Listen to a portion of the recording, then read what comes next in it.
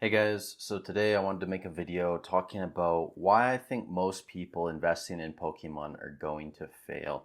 Now a lot of these principles just apply to regular investing as well, since a lot of people in regular investing will also fail long term. But yeah, I just want to talk about some of them when it comes to Pokemon investing. Obviously, I'm not an expert, I'm not a millionaire, I'm not the most successful Pokemon investor, but this is my 2024 portfolio. We're up, basically 20%, a little bit more than that. So, I feel like I can at least give my opinion on this. Whether you take it or not, that's okay. Obviously, none of this is financial advice, so let's get into it. The first reason why I think a lot of people are going to fail is bad decision making. So, what I mean by this is a few things. Obviously, when we look at traditional investing, you'll see a lot of people put money into stocks, and normally they'll pick bad stocks, they'll pick losers. And when they get into it, they think that they know everything. They think that they're smarter than the system, that they can, outperform just a regular ETF or whatnot. So they pick bad stocks. Now, when we translate this to Pokemon investing, this means that people pick bad products. This means people pick the wrong singles and slabs to invest in.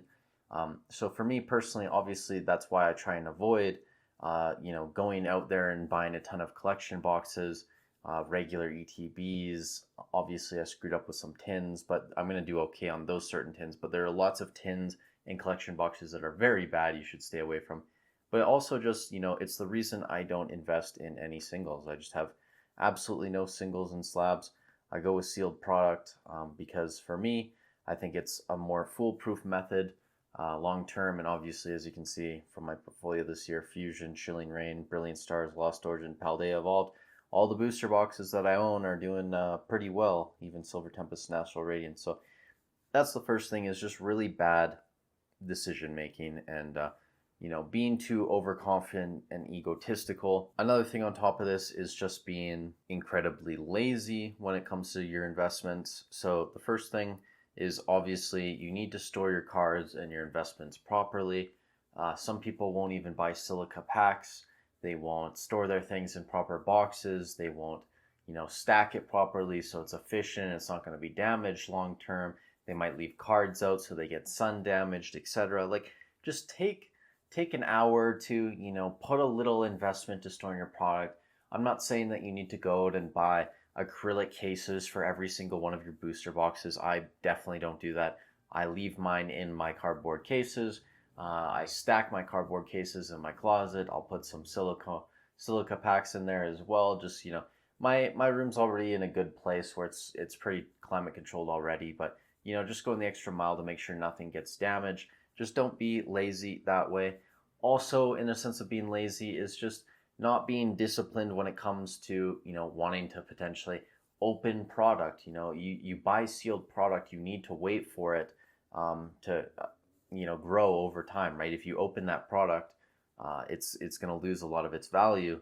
So there are people that are unable to differentiate between collecting and opening packs and then the investing side of it. So if you're unable to be disciplined and you're going to open a lot of your packs, it's probably not going to be the best idea to invest into sealed Pokemon. And then also one other thing on being not disciplined and being lazy is just not learning enough, right? Not being knowledgeable. You should always be trying to figure out what's optimal when it comes to investing, what you can do to improve, what you can do to, make more money long term, whether that is, trying new investment strategies, getting rid of bad product and putting it into new product.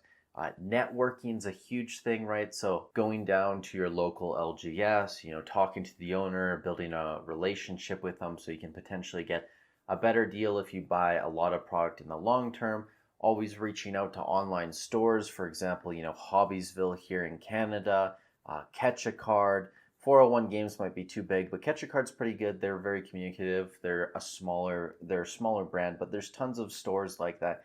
Reach out to these type of places and just ask them, like, hey, if I buy, more product, if I buy a couple cases, more than a couple cases, on a pre-order or whatever it may be, can you guys give me any better of rate? Just always be networking, trying to build relationships, show that you have money and you're willing to spend money, and it's mutual, right? Like if you scratch their back, you buy from them. they're going to scratch your back and give you a better price more than likely. I mean, that's the idea, right? If someone's not doing that, it's probably not a relationship worth pursuing. But if they are willing to do that, then again, foster that relationship, build it up. That's a good way to go.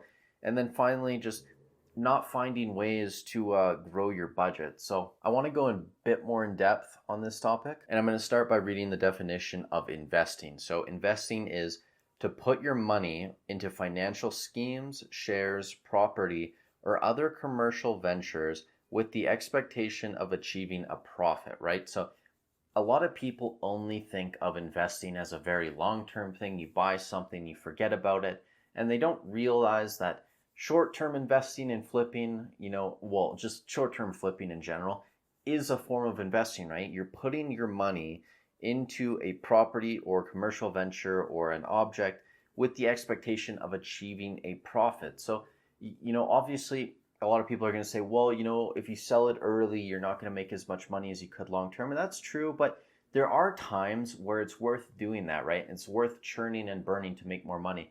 And I've heard people talk about this, like Nostalgianomics talks about this, and he goes, well, if you just have like $200,000 invested in Pokemon, you don't have to touch it. You're going to make more money than people investing long term. And I totally agree with that, right? When you get to a certain point, it's not worth constantly flipping things, because it's a lot of time, right? You got to put your effort into sourcing, to shipping, to selling everything, to cleaning, to, everything, just packaging, whatever it may be. It's a lot of work, right? But most people, I'm assuming if you're watching this video, most people don't have $200,000 to just put into Pokemon and let it sit there, right? So if we don't have that type of bankroll, we need to find ways to build our bankroll. And if you're looking at the screen right now, this is my eBay store, right? Like I talk the talk and I walk the walk. I sell stuff all the time. I'm constantly looking for flips. And then whatever I make flipping, I'm going to put into other things, whether it be to reinvest it back into my business, whether to put it into Pokemon sealed product, etc. It doesn't really matter.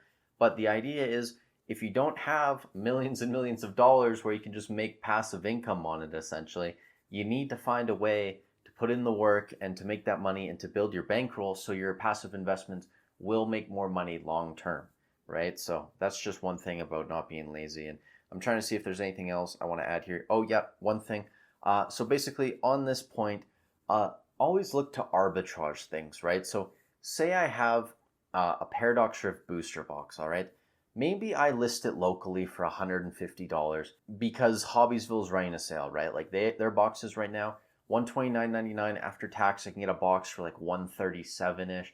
I'll throw a box up for like $150, $155 locally.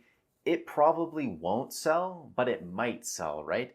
And there's no harm in me taking 1 minute to list something locally with a photo. If someone wants to buy it for that price, I'll sell it to them. I'll rebuy another box. I'll net $15, $10, $15.